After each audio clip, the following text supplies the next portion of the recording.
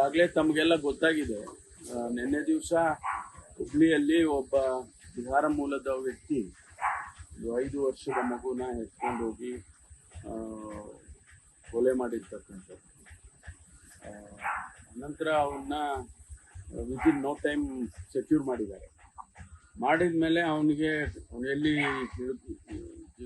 ಇದ್ದಾನೆ ಮತ್ತು ಅದೆಲ್ಲ ತೋರಿಸ್ಬೇಕು ಅಂತೇಳಿ ಕರ್ಕೊಂಡು ಹೋಗುವಾಗ ಇದಕ್ಕಿದ್ದಂಗೆ ಅವನು ಪೊಲೀಸ್ನವ್ರ ಮೇಲೆ ಅಟ್ಯಾಕ್ ಮಾಡಿದ್ದಾನೆ.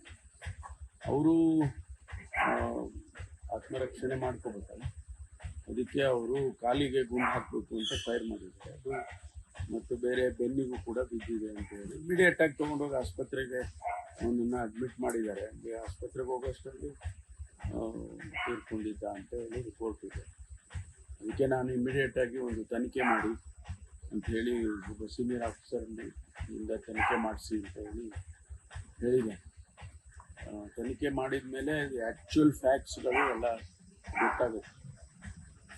BTM ಲೇಔಟ್ ಇನ್ಸಿಡೆಂಟ್ ಅವನು ಕೂಡ ಸೆಕ್ಯೂರ್ ಆಗಿದ್ದಾನೆ.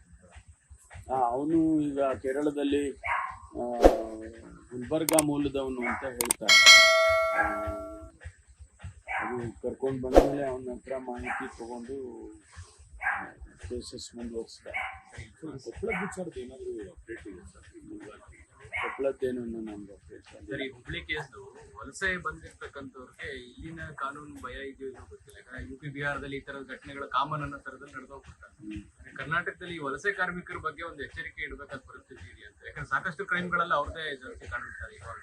ಇಲ್ಲ, ಬಹಳ ಜನ ಹೊರ ರಾಜ್ಯದಿಂದ ಬೆಂಗಳೂರಿಗೆ ಆಗಲಿ ಕರ್ನಾಟಕಕ್ಕಾಗಲಿ ಬಹಳ ಜನ ಬರ್ತಾರೆ. ಬಂದಂಥ ಸಂದರ್ಭದಲ್ಲಿ ನೀವು ಹೇಳಿದಾಗೆ ಅವರಿಗೆ ಇಲ್ಲಿನ ಕಲ್ಚರು, ಇಲ್ಲಿನ ಜನಗಳ ಭಾವನೆಗಳು ಅರ್ಥ ಆಗೋದಿಲ್ವೋ ಏನೋ ಗೊತ್ತಿಲ್ಲ. ಅವರು ಆ ರೀತಿ ಬಿಹೇವ್ ಮಾಡ್ತಾರೆ. ಭಾಳಷ್ಟು ಕೇಸ್ಗಳಲ್ಲಿ ಈ ರೀತಿ ಹೊರ ರಾಜ್ಯದಿಂದ ಬಂದವ್ರದ್ದೇ ಹೆಚ್ಚು ಕೇಸಸ್ಗಳು ನಾವು ನೋಡ್ತೇವೆ. ಅದರಿಂದ ಕಾರ್ಮಿಕ ಇಲಾಖೆಗೂ ಕೂಡ ನಾನು ಮಾತಾಡ್ತೀನಿ. ಒಂದು ಕಂಬೈನ್ಡ್ ಮೀಟಿಂಗ್ ಮಾಡಿ ಏನು ಕ್ರಮ ತಗೋಬೋದು. ಕನ್ಸ್ಟ್ರಕ್ಷನ್ಸ್ ವರ್ಕರ್ಸು, ಸುಮಾರು ಕಡೆ ಕನ್ಸ್ಟ್ರಕ್ಷನ್ ವರ್ಕರ್ಸ್ಗಳ ಕ್ರೈಮ್ಗಳೆಲ್ಲ ಆಗಿರೋದು ನಿಮಗೂ ಗೊತ್ತಿದೆ. ಅಂಥದ್ರಿಂದ ಅದನ್ನು ಒಂದು ಸಭೆ ಮಾಡಿ ಅದಕ್ಕೆ ಮುಂದೆ ಏನು ಮಾಡಬೇಕು ಅನ್ನೋದನ್ನು ತೀರ್ಮಾನ. ಲೇಟೆಸ್ಟ್ ಹಾಗೂ ಇಂಟ್ರೆಸ್ಟಿಂಗ್ ಸುದ್ದಿಗಳಿಗಾಗಿ ಬಾಸ್ ಟಿವಿ ಕನ್ನಡ ಚಾನೆಲ್ನ ಸಬ್ಸ್ಕ್ರೈಬ್ ಮಾಡಿ. ಹಾಗೆಯೇ ಬೆಲ್ ಐಕಾನ್ ಪ್ರೆಸ್ ಮಾಡಿ.